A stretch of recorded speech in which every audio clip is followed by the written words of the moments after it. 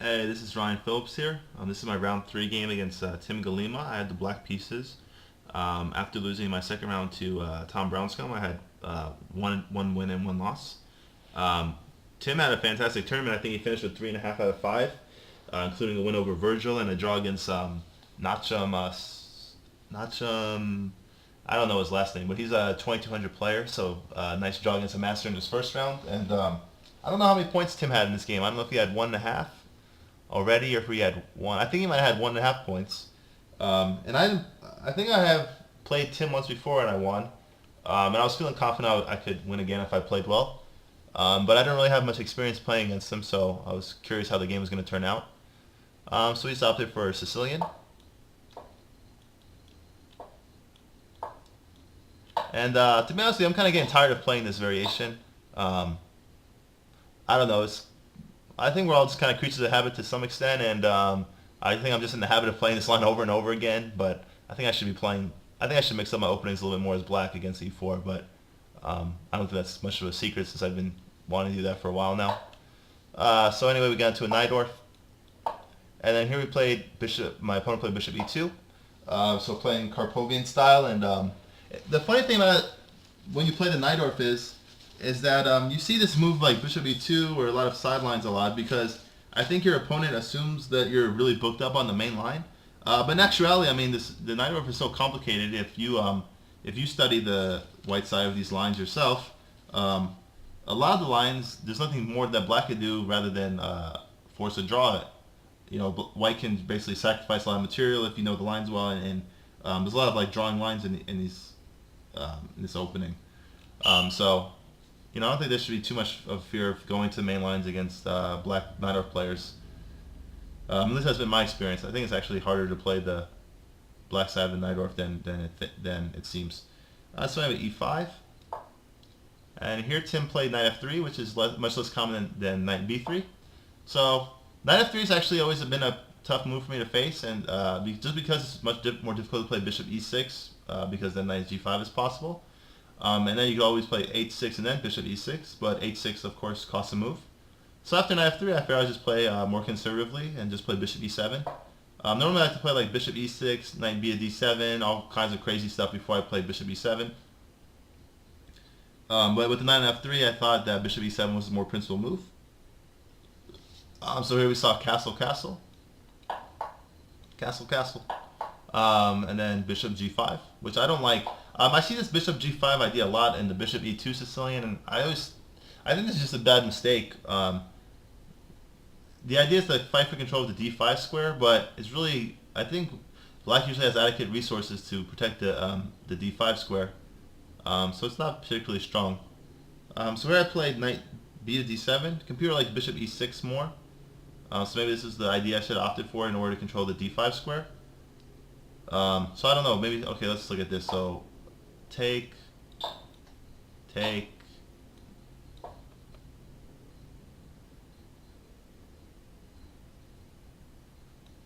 is this the idea? I don't know, I don't think this is anything special for black. I think I'm kind of tied down. Yeah, so this isn't a line that, I mean, it's fine for black, I'm not saying anything bad, but it doesn't seem particularly aggressive to me. So I'm happy with my choice. I played knight b to d7, which I think was a nicer way to kind of keep some tension on the board. And then Tim played queen d2. So just lining up the queen and the bishop here, and connecting the rooks. I played queen c7, which maybe is a slight inaccuracy, but I thought it was okay. And then we saw rook a to d1. And then here I think I played a mistake. I've noticed in this line I'm a little too quick in sometimes to play b5, and then a little too slow in other lines to play b5. But I think in this variation in particular against the bishop e2 Sicilian, computer is showing that I'm playing b5 rather a little too quickly in most of my games. So I think b5 was a mistake. I think h6, a6 is a very good move here, I think.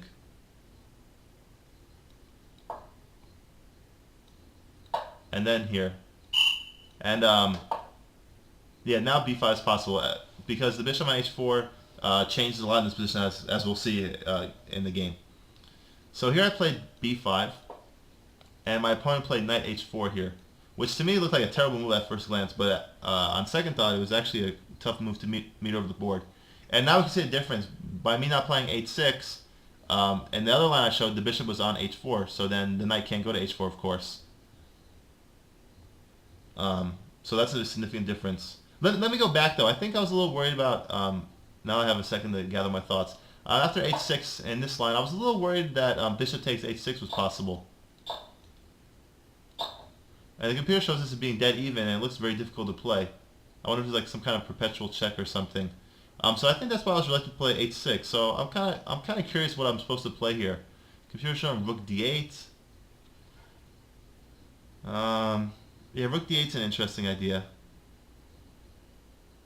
So this position actually is already a little tough for black to play, I think, from a human standpoint. I don't think my position is bad, but yeah, I didn't want to play h6 and allow the queen to get on the h6. So yeah, maybe rook d8. Let's see what happens after. Is there anything after knight h4 I have to worry about? Yeah, okay. Knight b6 was always an idea, just so I could line the bishop up with f5.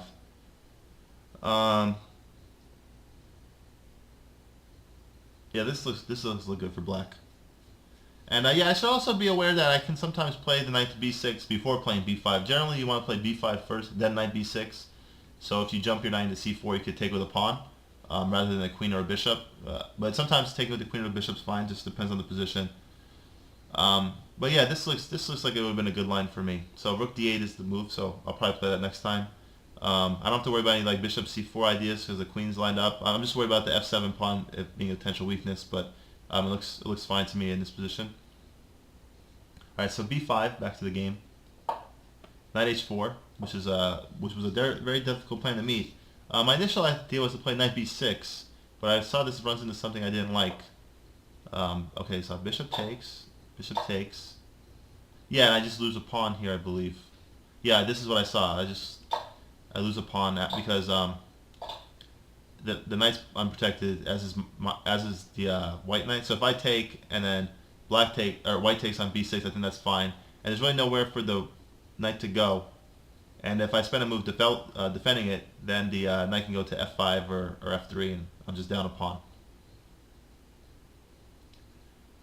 So this is why I rejected knight b6, which I think was probably which I thought initially would be the simplest way for me to solve my opening problems.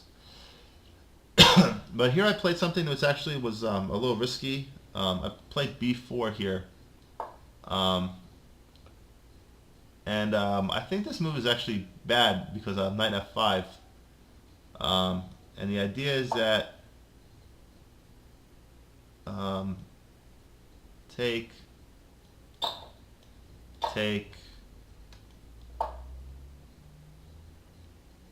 I think just taking them down a pawn in this variation. So yeah, actually my position is actually bad. b5 actually puts me in a bit of a monkey wrench. Luckily for me, he didn't play knight f5. I was actually thinking in the game I could play rook e8 here, but this actually loses. But I was thinking this was a possibility though during the game.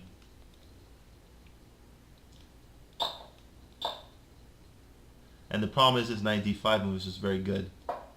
So I have to take, and after queen takes, I'm hitting both rooks are being attacked. And bishop b7 just loses a pawn. And the rook's still being attacked, so f6 is basically forced. And in this position, I think white has a clear advantage. The other rook on f1 is going to go to d1, doubling up. And yeah, this is not a good position. This is not a good position here for black at all. So I think after knight f5, my position would have been tough. Also, could I try? I think I could have tried bishop d8 here. That was another try. But this also just runs into a nice...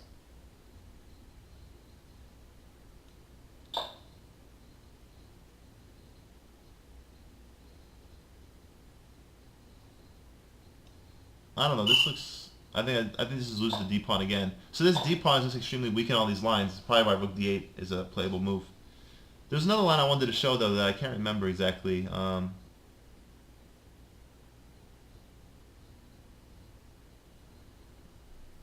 I'll not forget. There was another line that I wanted to show that was a nice little trick, but I can't recall it offhand. So anyway, so knight d5 was played, which was lucky for me. So I took here, of course. Oh, I think the line's coming up here. And then e takes d5 was played. The reason queen takes d5 is just very bad, I think, because I'll take on g5. And then if the queen takes the rook, this actually traps the queen. This is what I wanted to show. So knight b6 is a cool little tactic here, which I actually didn't see during the game. But I have this. I didn't realize I had this nice move which traps the queen, which I thought was pretty cool. Or I also could have just taken the knight on h4, I believe, and I think this should be winning as well. Although not quite as decisive an advantage, but still enough to win the game. Alright, so anyway, so after takes, pawn takes is by far the best move, which was played. And then I thought this was a cool little move in my chess development. I think 9 times out of 10, in my career, I just would have played bishop takes g5 here, and you know, and then my opponent would have probably got like a little activity. But I found this nice move, which I thought was I don't think it's necessarily objectively better than bishop takes g5, but I thought it made my position a lot easier to play. So I think that's a point in its favor. So I actually opted for knight c5 here, which I thought this was a good move. Just get my knight into a better square, and now this knight e4 idea is a nice threat. I think Tim didn't want to take my bishop on e7 for some reason, which I don't understand. So he played this very bad move, I thought. He played knight f3, which I didn't care for. And then I just followed through my play on knight e4. And then either queen e3 or queen c1 is forced to cover the bishop. So I played queen e3. And then here I took with the knight. And then he, of course, took back with the knight, as if he took with the queen. Now it just dropped the queen to my bishop on e7.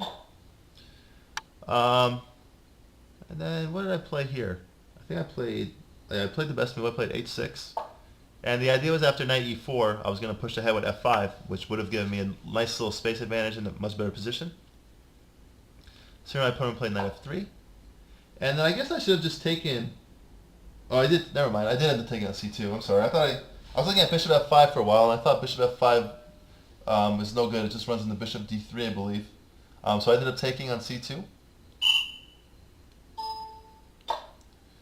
And then Tim played bishop d3. And I calculated everything was fine on my king side. That if you play queen e4, for example, I always have this f5 resource, which I needed to have in order to not get checkmated. So anyway, he just gave me another pawn, so I said thank you. And then here he played rook b1. And then unfortunately in this position, I can't play queen takes a2. What was the idea here? Why can't I? There's some real obvious reason why I can't play queen takes a2. Oh,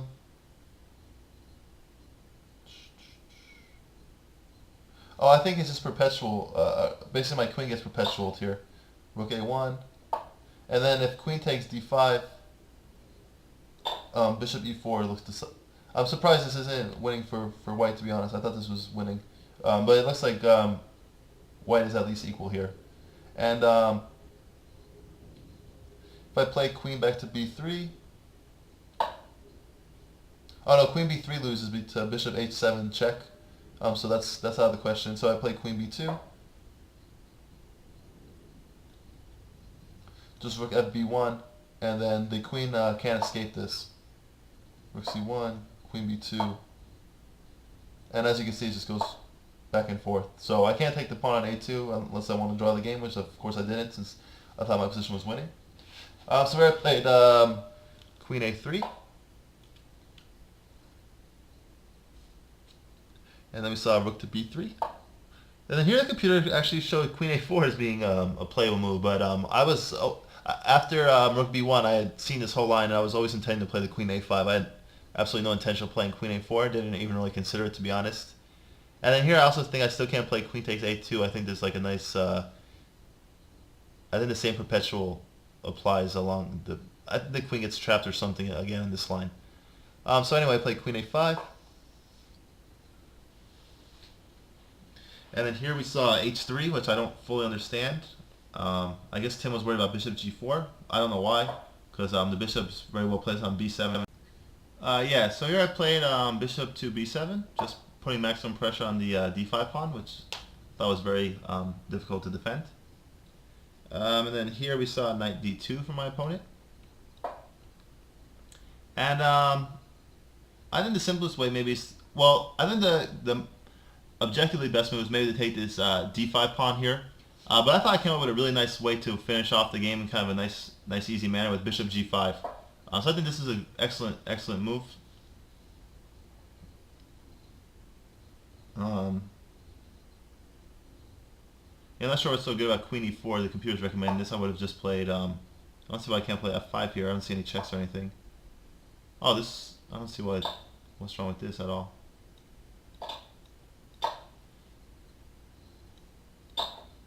Yeah, this looks very straightforward to me. I don't understand. What am I? 2 pawns here, and pieces look pretty nicely placed. So yeah, I don't think this would have been too complicated. But anyway, after bishop g5, my opponent played queen e2, which is what I was expecting to be played. And I just took, which maybe looks counterintuitive, this whole plan to give up a bishop for a knight. But I thought this was the best way to play this position. So I took on d5. And now I have this just beautiful queen and bishop battery. Is it a battery on a diagonal, or is it a battery only on a file? I'm not sure. But anyway, I have this nice little setup of my pieces, and I'm threatening checkmate on g2. So after this move, we saw f3, which I believe is forced, or f4 was playable. But f4 I think just runs into e4, if I'm not mistaken. So f3 I thought was forced. And then here I played a5, just covering up my b4 pawn, and I think I'm also threatening bishop a6 is also kind of an annoying move. Since the queen on... Oh no! No, that's funny. Actually realized this during the game. This also that this loses. So say a silly move like say h4. Just this wasn't played. Bishop h6 loses, and I saw this during the game. It loses to bishop h7 check, and that just drops my queen. So I thought I had this bishop a6 idea after a5, but it turns out that it's totally bad. So luckily I didn't play that. That would have really sucked. Anyway, so we saw rook d1, which was a fine move, I thought. The problem is that this bishop h7 idea really never works. It just kind of simplifies into a lost rook and pawn endgame.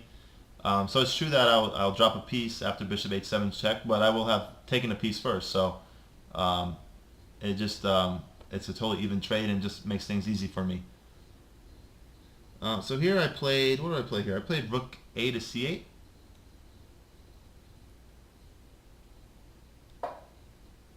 So that was just a logical move to control the c file. And then Tim went with bishop h7 check, which I was worried I might have made a mistake here or something. And actually, luckily for me that I found this rook a c8 idea, because I don't think I was really anticipating queen c2 check. I missed this move. So luckily I have the rook covering that square, because if I didn't, I very easily could have given up my queen for a rook and a bishop. I still think that my position would have been okay, especially since my bishop on d5 would have been hanging the rook on b3. So I think that would have given me another tempo to work with. And my passed d pawn looks pretty good. I could have put like the bishop on c4 and the pawn on d5, for example. But no, of course I don't want to give up the queen. So I was very lucky that this queen c2 check was covered by this rook on c8 that I put there, because that really wasn't my intention.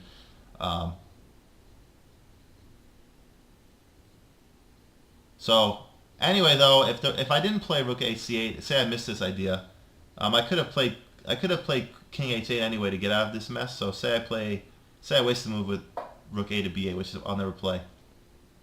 I'm not required to take here. I could play king here.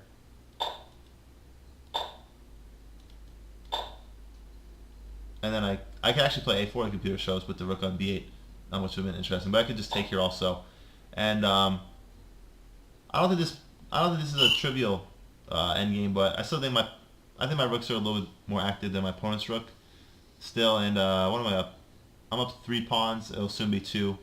So this should still be winning, but it would have been tougher. Anyway, though this didn't occur in the game, basically Tim simplified for some reason very easily for me. Take, take, take. And then here I thought I found a nice move with rook c5. Just I thought the a pawn was very important. I was willing to give up the d pawn, but I wanted to keep this 2 against 1 pawn majority on the queen side.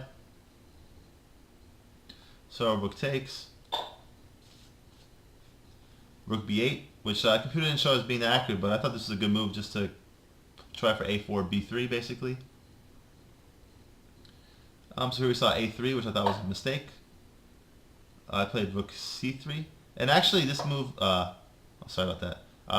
This move actually b takes a3 actually is surprisingly wins. I was surprised. On the edges of take, rook c1 check, king f2 or h2 doesn't make a difference, and then a2, and you can't stop the a pawn from queening, which is was very interesting to me. I thought that was pretty cool. So yeah, I could have just taken, and that's definitely a pattern I'll try to remember in the future. But I played rook c3, which I thought was also quite good. So Tim took, I took, and then we saw rook c6. I played rook b3 here, just hitting the a pawn and guarding my c3 pawn. It's probably this isn't the best way to try to promote a pawn though, having the rook on the same on the same rank. It's better to be on the same file and kind of supporting and advancing. This way it doesn't really help it advance, but it does kind of do its job, offense and defense at this particular moment. And I'm gonna have to use my king now to get over there and help out. So a4, f6. So I'm just gonna move my king over is my plan, I believe, and maybe push for e4 even when my king gets to f5.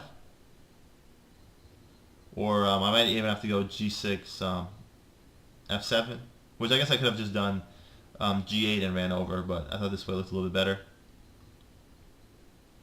King h2, king g6,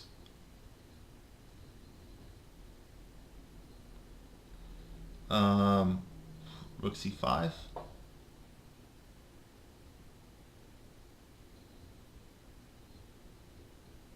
played rook b4 here, and the idea is if it takes here, then rook c4, and I just queen my pawn. So we took on c3, and I took on a4. So now I kind of have that nice arrangement of where the rooks were supposed to be, and have the outside pass pawn, and I also have an extra pawn on the king side, which never hurts. So king g3,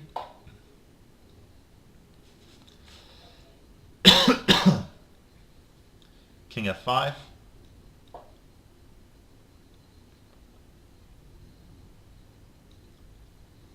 rook c7, g5, rook c6,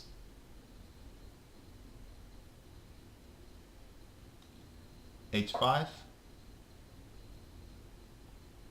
Yes, it's really hard to kind of give ideas in these positions. I don't know. When I get to these kind of positions, it's hard for me to give like good commentary, I think, unfortunately. So if anything interesting that I observe happens, I'll try to comment on it, but I might just kind of go through the moves at this point. So king h2. I played rook a2 just to stop the g pawn from moving. Although I guess h4 probably would have... No, I think this is better. I thought h4 he could maybe try g4, and then if I take en passant he takes back. I thought this was a better way to tie him down. So that's kind of a cool thing about chess. Like, probably not like the biggest guy in the world, so I'm not going to be able to kind of pin a lot of people like wrestling wise, but in chess you could really tie down your opponent if you know what you're doing, and really make it tough. They're basically struggling to make anything happen, which is always kind of interesting. So here we saw rook c4. Let's play h4. So basically his king side is totally tied down here, and he can't really do anything productive. So king g1, a4. So let the pawn march out.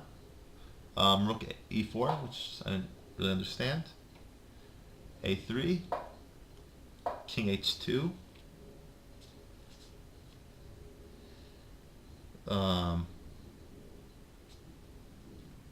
Okay, king h2,